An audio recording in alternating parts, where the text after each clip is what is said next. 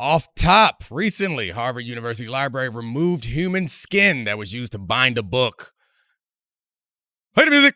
This is the Domonique Foxworth Show. Welcome to the Domonique Foxworth Show. I'm Domonique Foxworth.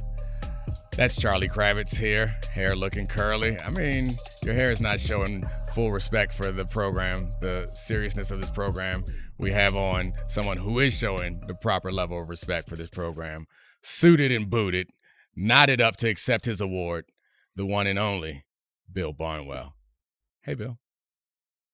Don't forget, as you guys can see behind Bill Barnwell, I've gotten a lot of heat from my friends and some family because I made the very truthful claim, or not claim, assertion, that Bill Barnwell is the number one and number two top guest on the Domonique Foxworth Show. Hands down, no questions asked. He came through week after week, all season long, cooking it up. Off season, guess who shows up? Bill Barnwell. Guess who gives you good analysis? Bill Barnwell. Guess who gives you a good chuckle? Billy Barnwell. So thank you for being here. Guess who tells Domonique when he's wrong about football? Bill Barnwell.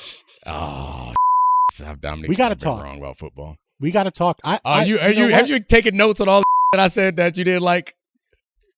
No, not you. Oh, okay. You're fine. Me? Okay. Ashley's fine. Okay. Bomani's fine. Charlie is fine. Ryan Russillo. I heard what you said about me. I'm going to make one thing very clear. One thing. I'm the bald white guy on the Domonique Foxworth Show. Nobody takes my spot. Gojo, not a chance. Beat it. Matthew Berry, not happening. Graham. Russillo, watch yourself. Let's go. You said you were limited. Let's move on. I love this version of Bill Barnwell. I love it. It's great. I'm going to tell you something. If the time comes, I'm going to Turkey so I don't get on Bill Barnwell's turf. It's not coming. Your locks are strong. Although you got a little cover two happening. Cover two? As someone whose safeties are getting off the hashes slowly, I see your safeties are looking to go. Just play single high. Just play single high. Just get that. You could also get that limb lengthening surgery while you're in Turkey too. Just double it up. Be a couple inches taller. Get that fresh hair going. You are good to go. Oh gosh. All right. Thank you, Bill. That was a fun way to start the show. My wife, later in the show, she's already mad at me for ranking you ahead of her. I did Bomani's show. He was upset for ranking you ahead of them. The only person who's not bothered by this is Pablo, because Pablo knows his place. That's right. Bottom of the stack. All right, Charlie, let's talk about football. Guys, did you hear about this? Do you know about this? I know. There's big off-season news. Well, I mean, look. By the time you're listening to this trade will have been consummated 2 days ago. Stefon Diggs, I know. the petulant pass catcher. They consummated trades. That's how you submit trades to the league. I mean, you didn't know that, Dominique? Sort of. I mean, we know that the rumor was that Stefon Diggs consummated something, and that's why he's not a Buffalo Bill anymore. Oh, gosh. All right. He's a Houston Texan. Mm-hmm. He was traded for a second-round pick and some other picks to the Texans to be part of a loaded offense with C.J. Stroud, Tank Dell, Nico Collins, Joe Mixon. The Bills, it seems like they're entering a different Josh Allen era. They do not have Steph Diggs, Gabe Davis, the electric offense that we've come to know for the last 3 years. So I think we need to break down this trade in several ways. And the first one I want to talk about is from the Texans' perspective. What does Steph Diggs do for the Texans, and does he bring them appreciably closer to a Super Bowl team? It depends, right? There's this idea of what Steph Diggs is in our head, which is a phenomenal receiver, a game breaker, a guy who can always get open, sort of a true number one receiver, which there's a lot of good receivers in the NFL, maybe not 32 true number one guys, and a guy who the Texans, as good as Nico Collins and Tank Dell were last year, sorry, Bill. Probably did not have. I'm sorry, Bill. Sorry to cut you off. I got to take a 20. I have forgotten that in order to get the best out of Bill Barnwell, we got to run a Bill Barnwell system, which means say it with your chest. You come out here with this depends. That is not how you got to the top of the Domonique Foxworth guest charts, not giving us a nuanced take. So now you can mix in the nuance and the this or that as you get through it and all the potential, possible permutations of how this trade could play out. Fine. But off the top, Bill Barnwell, Nobody's sticking around for it depends. Give me some a strong take. They stacked. That's what I have to say. So About the Houston Texans, they are loaded after adding Stefon Diggs. And it makes total sense for them. CJ Stroud is on his rookie deal. They have cap space to work with. They're in the same position the Bills were a few years ago when they traded for Stefon Diggs, having to get a wide receiver who gets the most out of your quarterback. The only issue, though, the only thing that I would make a little bit of concern for me if I were the Houston Texans is that I was going on the Domonique Foxworth Show for like the final 4 months of the NFL season, and we were talking about how washed Stefon Diggs was because he wasn't producing week after week. That's the only thing that scares me a little bit about this. So you guys were talking about how washed he was. I never accepted that, and I understand the numbers could suggest there's a little bit of a bias here. Yeah, I mean, there's a Maryland bias possibly, and there's also a they didn't like him and he didn't like them bias. The way he started the season, I just have a hard time believing that he went from being a good number one receiver to falling off a cliff midway through the season. They did change offensive coordinators, and there was some, like, at least some people believed, I think Devin McCourty is one person who actually put his name to it, but other people believe that there was a concerted effort to, like, scheme him out because of the way that he was behaving on the team in the locker room. So you could argue, I know that, Bill, where we clash most of the time is I want to talk about the soft stuff, and you rightfully are like, nah. I'm a hard boy. Yeah, you know that. we can't account for that. So I do think that whatever was happening in the Bills locker room and in the Bills building around Stefon Diggs, from him missing mini camp to the coach saying in the press conference that, yeah, he's very concerned about it, to Trayvon Diggs, Stefon's brother, tweeting about getting him out of there, to just a couple of days ago, Diggs is saying, you sure? To people asserting that Josh Allen will be fine without him. So whatever his personality is and how it didn't work there, I think there could be some concern for him coming down to a Houston offense that's on the rise with a young quarterback, with two young receivers who have established something and are looking to build on it. Him coming down there and saying that he has a point to prove, because I know he does. After he left there, he wants to ball out at this new spot. So that could be a challenging dynamic to work out. So ESPN Analytics has an incredible stat called Open Score, which removes sort of screen passes and swing passes, the passes behind the line of scrimmage, because those receivers often have more separation on those than they do on intermediate routes and longer routes once they engage with defensive backs. Stefon Diggs, 3 seasons ago, was third in the NFL in open score. He was elite, and the numbers reflect that. The season after, he was 7th, still very, very good. And then last season, including the beginning of the season when he was balling out and scoring a lot in Ken Dorsey's offense, he dropped all the way down to 21st in open score. So regardless of whether or not he is still an impact player, which I think he certainly can be, he is getting less separation as one of these quick, precise receivers than he used to. And which leads me to a question that I want to ask both of you guys about this. Would you be more surprised if he ends up being the number 1 receiver on the Houston Texans or the number 3 receiver? So you can't say that and then transition to a question like we're not going to respond. Bill had something to say it leads before. to it. Yeah, all right, go ahead, Bill. I already forgot what I was going to say. Right. I didn't forget what I was going to say. Let me ask you that question, Dominique, because I have not been a player in an NFL locker room. Okay. Do you believe that the Bills, in a season where they were struggling for most of the year, do you think they would sort of spite themselves by putting Stefon Diggs in a secondary or tertiary role just to kind of frustrate him? I think like it would be at the best interest of the Bills. Yeah, I think that's I think the way that I phrased it may not be fair, and it's going off of more of what other people were saying, which I shouldn't do. I do think that they did believe that they had to prioritize running the ball and lower risk attempts to protect their defense. And I think that is not what Stefon Diggs majors in. So I don't think spiting him is the right word, as much as Joe Brady made it clear. It seemed pretty clear that they were trying to do things differently, and that's why they moved on from Ken Dorsey. So I do think that played some factor. And to the open score thing, okay, that's one measurement. It's not something that I use. I have to look into it, but my guess is that there's a bunch of you take out the screens and you take out certain things. There are lots of other decoy routes that you run that you're designed not to be open. So it's a hard thing to measure. Is it just the times when you're targeted that they count the open score? But anyway, all that aside, I watched him play last year, and I didn't watch with an eye of like, is he falling off? I just watched him, and I didn't feel like he fell off. And this is partially fell off in the divisional round. Yeah, he dropped that pass. And fumbled. But everyone... That was harsh. Oh, that was who dropped the pass? He dropped the pass, too. He did both. He fumbled. He and lost dropped in the the pass. game. Yeah, well, he didn't lose in the game. But anyway, my point is, and this is partially my bias, he's the type of receiver that I feared covering the most. And I think the other guys that were available, like Keenan Allen, we thought might have been available. They tried to trade for him. Yeah. And who's the guy in Cincinnati? T. Higgins. T. Higgins. Those are big receivers who don't have the short area quickness that make me personally nervous. So if we are evaluating this trade just by itself, or you're evaluating it versus the other options, like it's a no-brainer versus the other options to me, given their cap space, given their quarterback situation, given where they are in their Super Bowl window.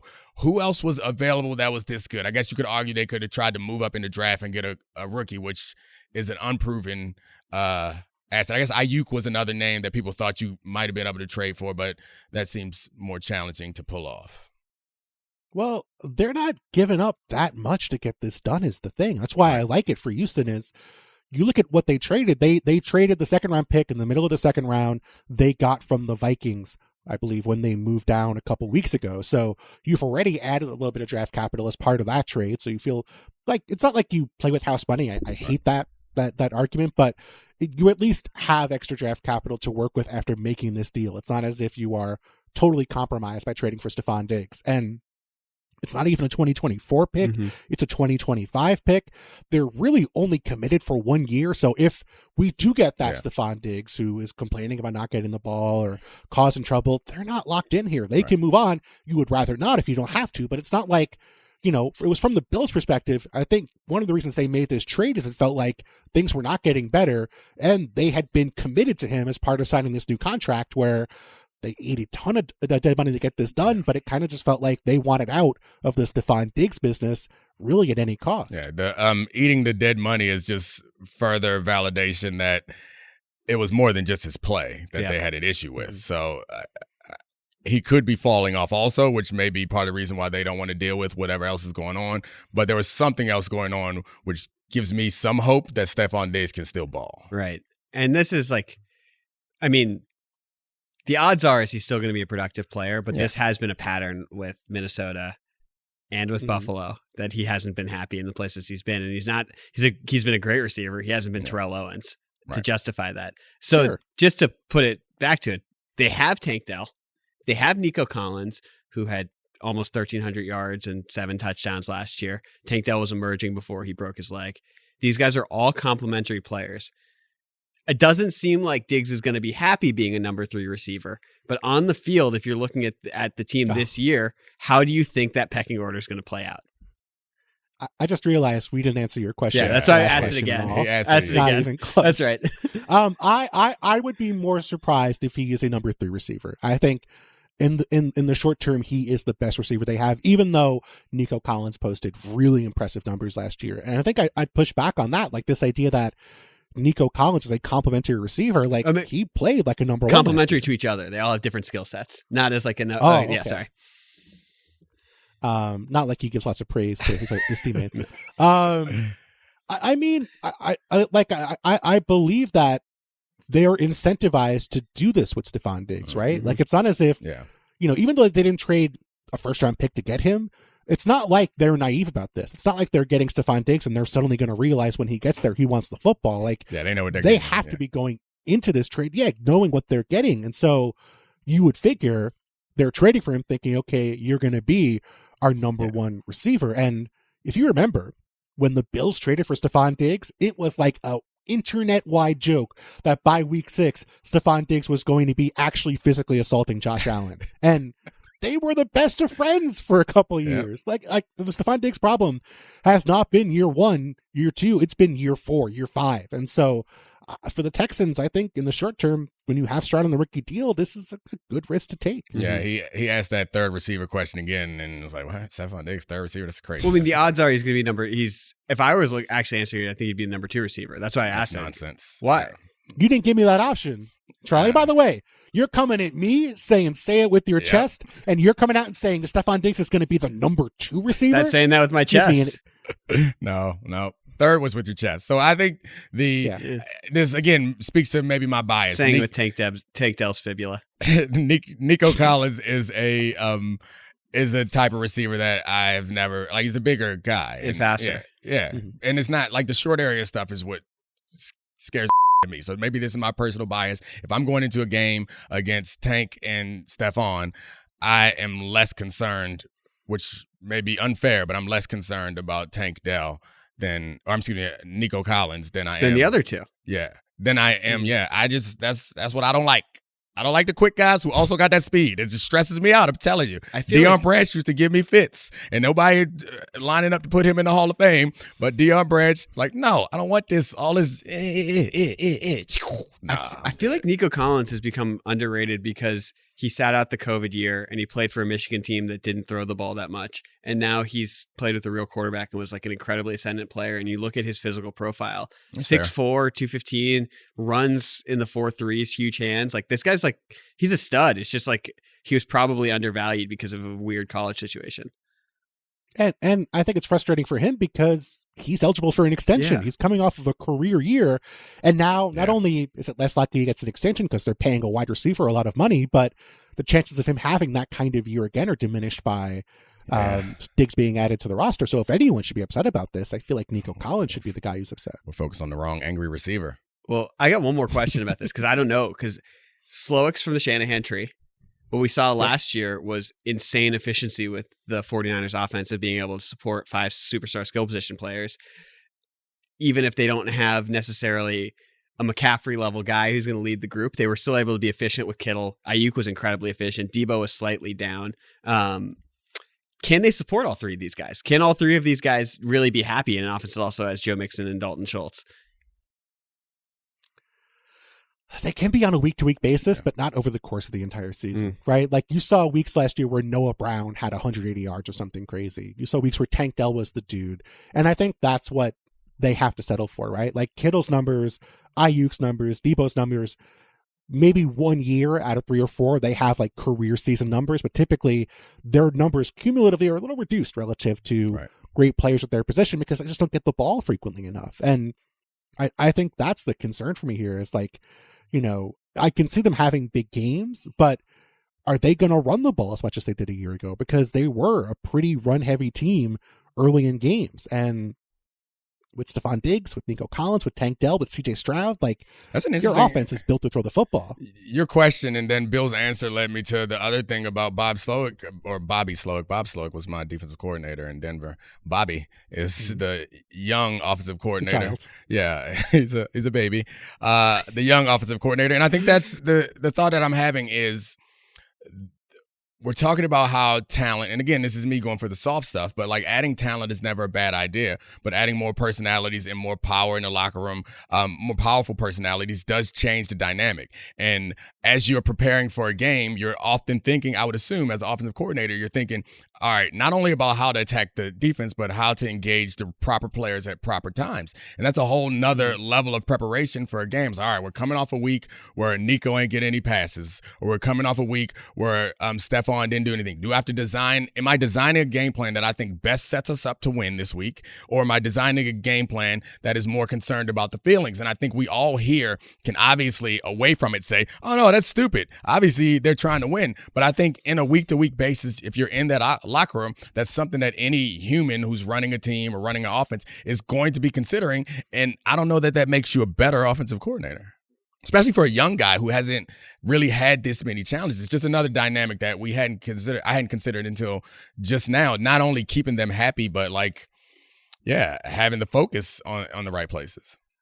If any quarterback in recent history has dealt with the problem of too many ballers at wide receiver, it's CJ Stroud of Ohio State. So I feel like he has a little bit of experience with great receiving core. But you're right. Like it's going to be a balance keeping everybody happy. It's going to be a balance keeping Joe Mixon happy, Dalton Schultz happy, and building the best possible game plan. But like, isn't that worth the risk? If you have D'Amico Ryans, if you have Bobby Slowick, if you have CJ Stroud, if you feel like your culture is in the right place, like it's kind of like the Bills when they took the shot on Diggs in the first place, right? Like they were trading for a guy who had a reputation where he was not always the most agreeable. He was a little cranky with Mike Zimmer, a little cranky with Kirk, and Diggs fit in just fine for a couple of years. So I feel like it's worth a shot. No disrespect to Minnesota and Buffalo, but I got a feeling that Stefon Diggs might be a little bit happier in Houston. Wow. A little bit happier in Houston. So even if he don't get enough passes, there'll be things in Houston that are slightly more his speed. I'm just guessing. I think the food in Houston is probably better. I can't speculate on this topic. He's not a big wings guy. Maybe he'll get his jersey retired like James Harden. So should we talk about the Bills angle on this? Yes. Absolutely we should. Do you guys what do you think this does to the Bills? They obviously are in a different phase of it, but this is a guy who is averaging for the last 10 weeks of the season 48 yards per game. He was not producing for them like a number one. Yeah, I saw Deion Dawkins posted like a collage, or not a collage, but like a slideshow of pictures of him next to Stefon Diggs, which was like a diorama. Yeah, not a diorama, but I don't know. I thought it was an interesting choice. While we're all out here speculating about how Diggs was an issue in the locker room, that their big money tackle decided to make some sort of a social media statement, and so everybody didn't hate him. But that aside, I think it doesn't do a whole lot considering how they were able to end the season out.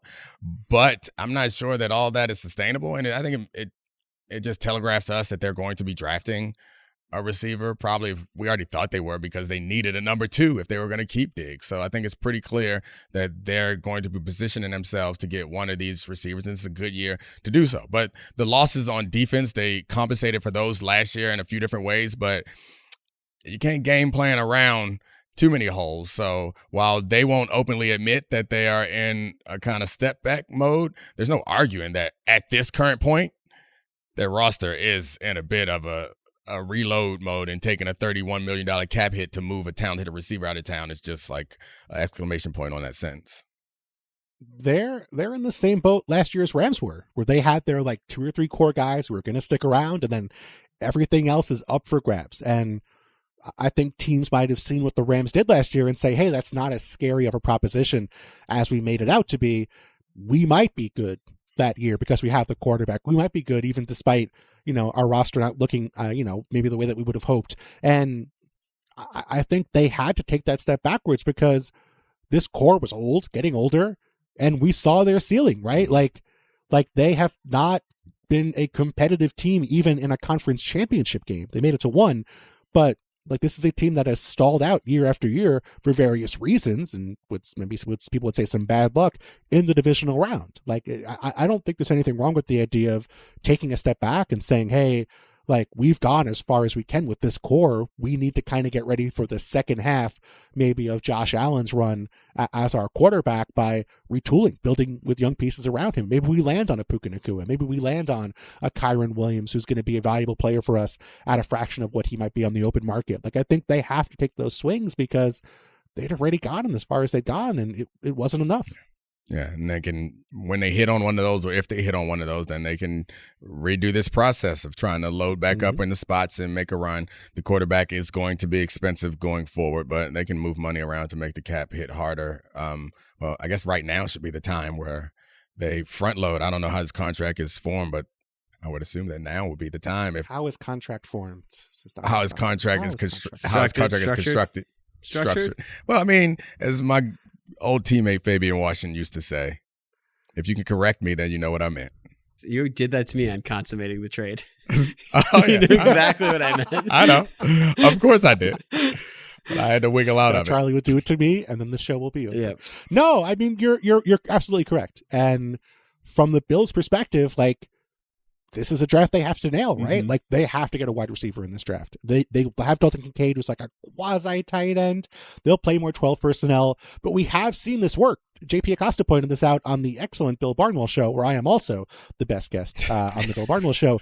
He pointed out this is kind of what the Chiefs did, right? Yeah. Like trading Tyreek Hill, going bigger with 12 personnel. I think I talked about last year as they were getting Kincaid into the roster. Like this is a team that is evolving because they haven't necessarily had the answers they needed against teams who are willing to just play soft coverage and let Josh work his way slowly down the football field. And last year, they came into the year saying, okay, we're going to be different. We're going to run the ball. We're not going to put the ball in Josh's hands 10 times a game. And when they struggled, what did they do? Yeah. They went right back to just, Josh, you figure it out, man. We need your help. So I think realistically, this is trying to find a more sustainable long-term solution, just like the Chiefs did by trading Tyreek Hill and making changes to their offense. So they have a bunch of paths they could go down the draft with. Pathways? Pathways.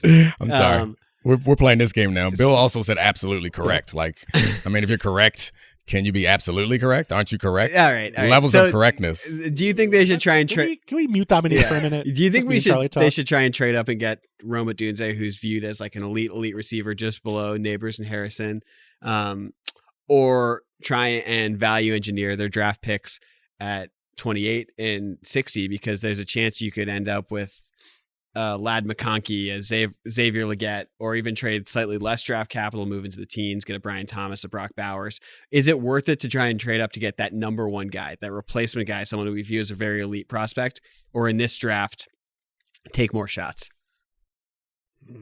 I'd say take more Lad shots. McConkey would be a star in Buffalo, though. He would eat. He would eat. He would be a hero in Buffalo immediately. The sneakiest 4.39 out there.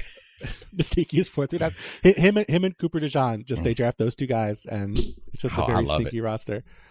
No, I agree with Domonique. This should be a situation where I think you take your shots, because by all accounts, and maybe people are wrong, but by all accounts, when you talk to people in the league, people who are paying close attention to the draft, this is an extremely deep wide receiver class. This is not a class where it's three great dudes and then nobody else. So I think you take your shots. I think maybe you take two wideouts. Yeah. Maybe you trade down and try to get a couple guys in the second round. I think they're not one wide receiver away. And you saw with the Chiefs, exactly. Like, they did not go out and get the Tyreek Hill replacement. They went out and got a bunch of different guys. Yeah. Most of them sucked, but they still won a Super Bowl. Yeah, that's exactly the point that I was thinking, is that if you are something away, that's when you trade up. Like, I don't think you trade up when you're clearly in a mode where you have lots of things that you need to address, unless there's something that, like, I think of Lamar Jackson as like, oh gosh, this is still around. Let's trade. Like, unless there's something like that where someone that you see as a top of the draft type of guy is sliding, then maybe you take a trade up and try to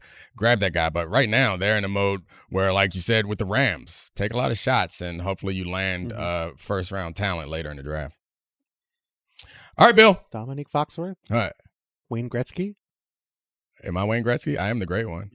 You miss 100% of the shots you don't take. Oh, got you. Wayne Gretzky, Michael Scott, Domonique Foxworth. Yeah, I don't ascribe to hockey people's idioms. They just fight for fun. You should go to hockey peepers. Damn it, you guys are winning. I have a lot more flubs than you. Hockey peepers, man. I'm sorry, man. The weight of this show is on my back. What can I say? Hold on, before you go, can you guess how many goals Wayne Gretzky scored as a 10-year-old? I got to go to his Wikipedia page. Oh, as a 10-year-old? Did he play professionally when he was like... But junior hockey. Oh, junior hockey, 10-year-old. Bill Barnwell's got to go. Do you know the answer to this question? I'll say 100. He scored more than 100 goals. I feel very confident. Okay. As a 10-year-old? Yeah.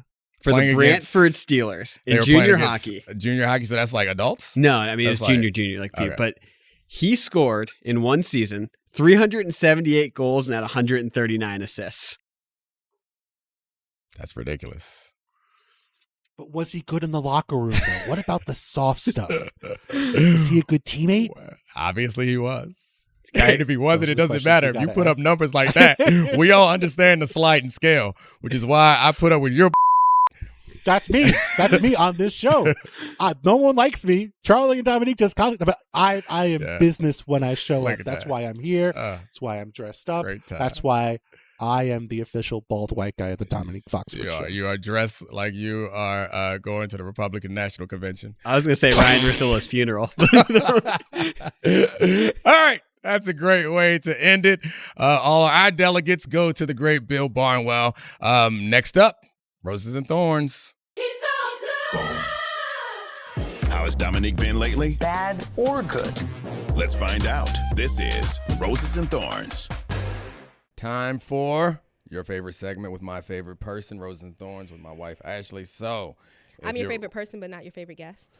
You are my favorite guest. So. Oh, yeah. Bomani got mad at me this morning when I recorded with him about that. Do people know what? Yeah, so on yesterday's episode, or Wednesday's episode, at the top of the show, Ryan Russillo asked me to list my favorite guests, and I said Bill Barnwell was one. and Bill Barnwell was 2, and then Ashley was 3. And Bomani was pissed because he No, didn't listen, even make the top and he 3. said, obviously, Bill is 1 and Barnwell is 2. Bill and Barnwell are the same person, as y'all know, because you listen. You know to the Bill's podcast. favorite segment? I mean, because he has good taste. Roses and Thorns. It's been a while, also. But no, like, part of me doesn't even care to be offended by that because I hate, like. Of course you shouldn't be. Oh, only a small part of me doesn't care to be offended because our kids are always asking, like, Mom, what's your favorite this? Mom, what's your favorite that? When you were little, what was your favorite that? Other than color, pink, and on some days, on a lot of days, but it's a secret, child, I don't have favorites. So I would respect someone who just said, I don't have favorites, but no, you answered the question. Ranked them. And you said, Bill, oh yeah, my wife. And you know what that makes this man? A liar. Because he opens up this segment all the time, talking about I'm his favorite. Person. I have a question. Not guest. Very different. What does Bill do You're a for you difficult that guest. I can't do? He follows the construct of the show. You're Tell a me great person. Tell me a what the different- current construct of Roses and Thorns is. Me being the host and you. Is it though, or is this a partnership? See, exactly. There we go. Bill, Listen, still number 1, baby. Listen, Keep it up. Listen, the one, other than like I don't love favorites, but then I was like I can forgive him, but then I was like, well, but he went ahead and started answering this, so I can't forgive him. Part of me was like, but you know what?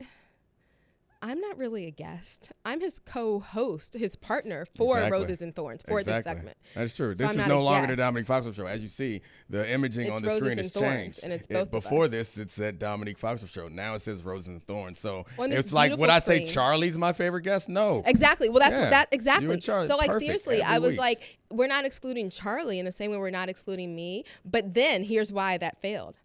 Because he Failed. listed me as his 3rd favorite guest. So No, because obviously, you originally started as a guest. obviously he was including me as You a guest. started as a even guest. though I was trying to like bump myself up to You unpaid are co-host a guest of a small So, segment that comes on occasionally. This is funny to me because you are an English major, went to law school, and you're very like analytical in your thinking, but you refuse to do it on any type of like books or movie or music. Talking about, I've been reading Up a Storm. No. You have been reading Up a Storm. Say But what if you I want. ask you I'm what gonna let you finish. But if I ask you about like an allegory for a TV show or book or something, or an illusion in the book, you have no interest in talking about it, even though you're probably the most qualified person I know to analyze these sorts of things. But you never want to do that. You don't want to watch deep TV shows. You don't want to watch heavy movies or read heavy books or do any of that thinking, unless it involves one Okay. Beyonce knows. And that's what I found interesting this last week is not only that the Cowboy Carter, and as you guys can see if you're watching, she's already in costume, which Is it or costume? on theme. Or, you know how sometimes he comes on here, he's like, oh, that's something new. Or is this all stuff that I've worn? And honestly, I used to wear it like this regularly. Well, no, I don't know if So you it's ever. not costume. I mean, I didn't put bows It's in not my a costume, hair, but it's clearly you're on theme. I'm on theme. You know I love it. But I've been surprised, not by how much you've listened to it, but how much thought you've put into it. It's normally not something that you want to do is like analyze things. So I'm definitely someone who likes art for beauty's sake, Right. like not for like deep thought. Although I have read about 6 books so far this year. Yeah, you've Some of been them- a monster. Thank you. That's, A tyrant, you could say. So we're gonna do that, like when Travis Kelce first started dating Taylor Swift, and everyone in sports media felt the need to like. This is something that you might have missed, but everyone was slipping in Taylor songs into their analysis of Kelce. Yes, I wrote a birthday party invitation for my best friend the other day Oh, yeah. in full Cowboy Carter language, but it is a Cowboy Cooper themed party, so that was appropriate. Though I'm not a favorite having person, I will say, other than some hits on B-Day, Upgrade You, Get Me Bodied, still bring me joy every time I hear them. I would say this is my favorite. Like, and I'm not a favorite having person other than Children in Pink. This is, I think, my favorite. Other than Children Secretly, although I have a necklace with all of their names. It broke recently, but I'm going to get it repaired, even though it's new, it broke. Yeah. And someone suggested that I secretly twist the favorite of the day's name to the front. So that's what I'm going to do once that necklace is repaired. This, I would say, is my favorite Beyonce album. Because, one, these songs are great. If you haven't listened to Cowboy Carter, y'all need to listen to it. The songs are great. But also, it is so smart and well done. So I'm normally a strictly hip hop music fan, and I haven't always loved Beyonce's music, but it feels like she's gotten away. I mean, she's always pop music, but she's gotten away from pop and gotten more into like the more thoughtful type of music in the like last reclaiming genres that Black people contributed to or started over the years. I've enjoyed that we've been distanced from over time. As much as this album has been on in our house, I've enjoyed So it much. more than I expected Shout out to Sonos. As much as or more than I expected to enjoy it. So you know how like, and I'm a big Tupac fan. So like, you know how like there are like Tupac classes popping up in English departments, and I wish when we went to Maryland there was one of those. There wasn't. But when I was an English teacher, I did teach some Tupac poems. Yeah, I remember. I'd be like, okay, class, sit down. But this to me is like a dissertation. Like this is something that deserves to be like taught. This one album, not like, oh, we're going to teach Beyonce. We're going to teach Cowboy Carter as a class. It will have a syllabus. It is So like, what is I think that takes that's I don't know. What's the thesis of the class? What's the point of the class? Because I haven't listened to it as deeply as you have. I'm sure it's not just like Black people reclaiming country music. Like there's something more to this than that, I assume. like, and obviously that's like on the face, you could say that that's it, right? But if you like dive in more deeply, it's also like Black people reclaiming their space in spaces that we've been excluded from, including just this country. Like all the imagery that a lot of the imagery that she put out like before the album, including like the cover, it had like American flag references. And you know, like even we sometimes, when we go to a 4th of July parade, but you're like, I'm gonna wear this outcast version of the American flag, not a real American flag.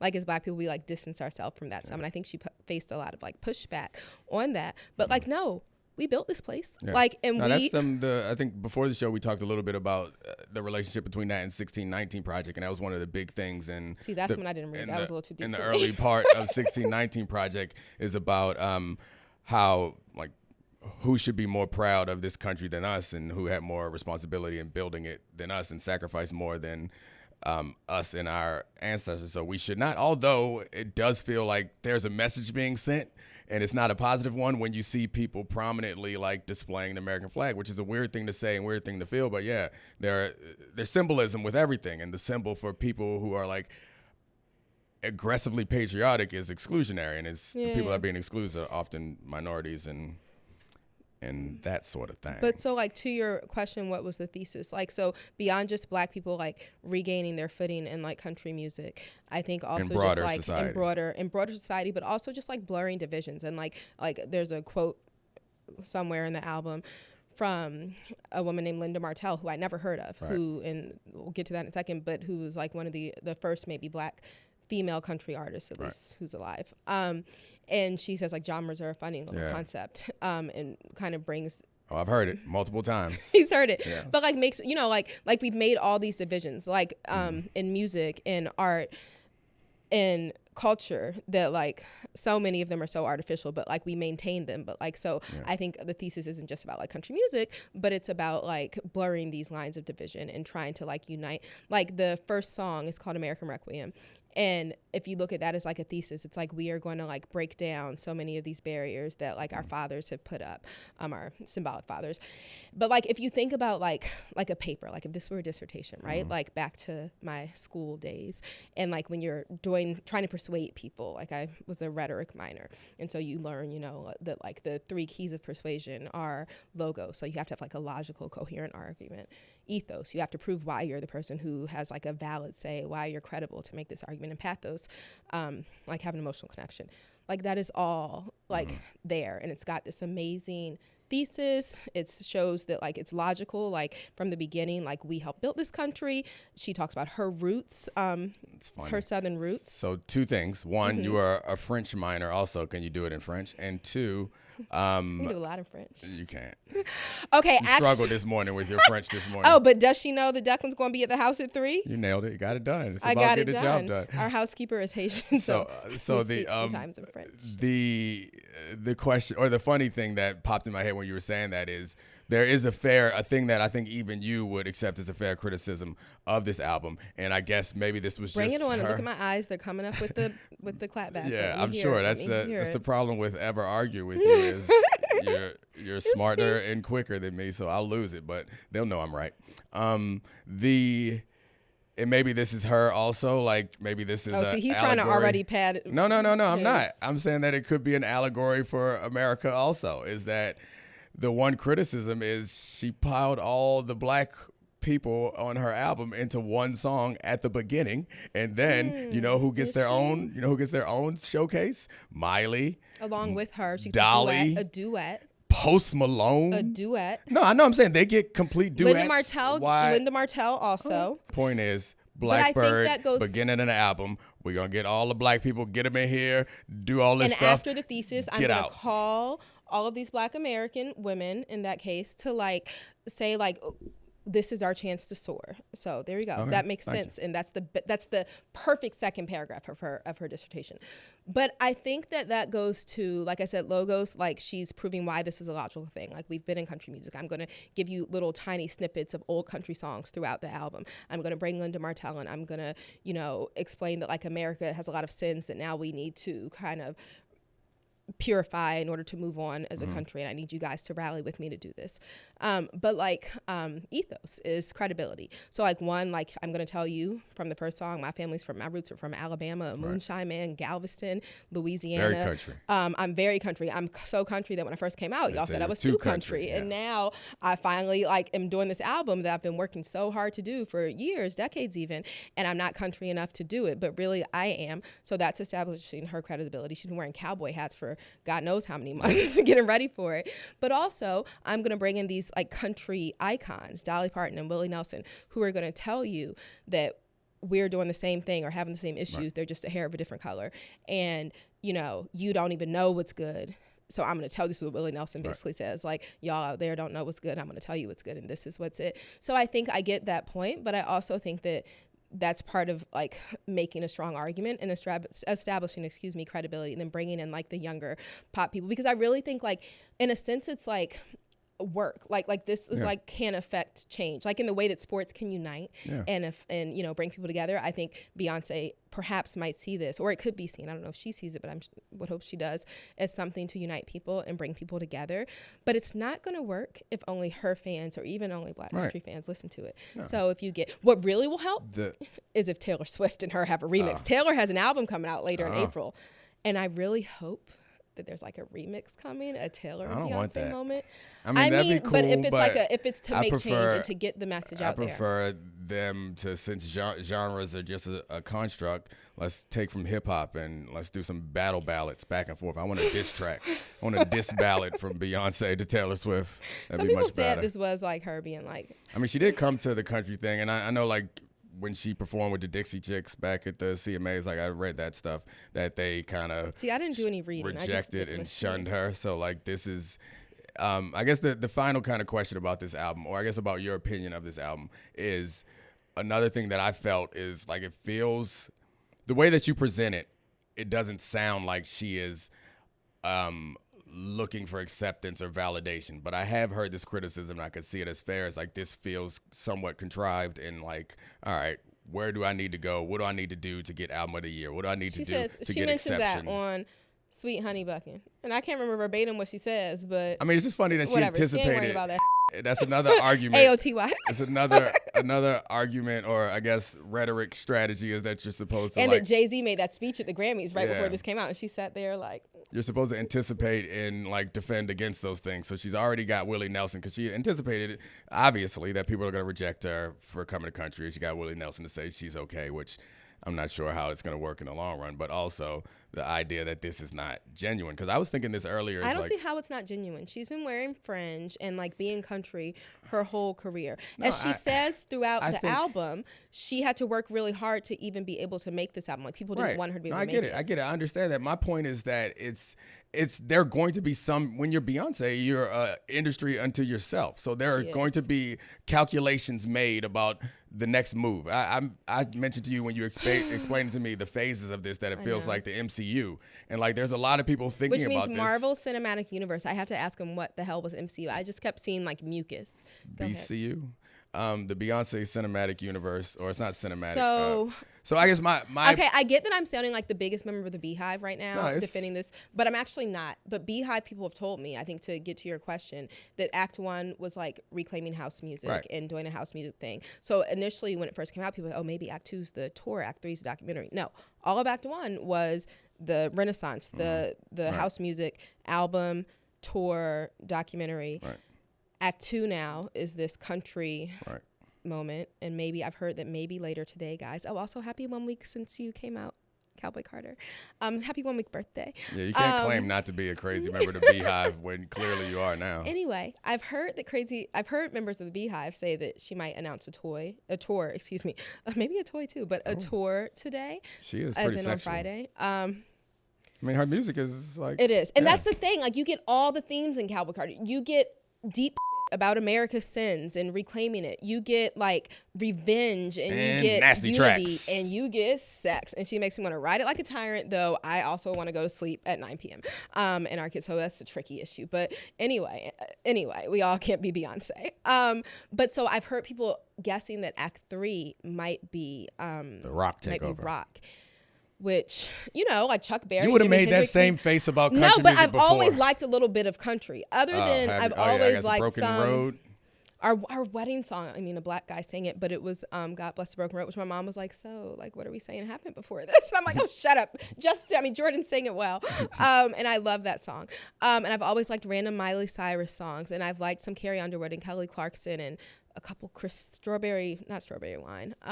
Tennessee Whiskey. Like there's certain songs I've always liked, but I've never really liked rock songs. So if Act 3 really is rock, it's going to take some coming around for me. Enjoy Cowboy But it'll Carter. be a Beyonce album, not a be rock while. album. And I'm going to freaking love Cowboy Carter and dress Western till then.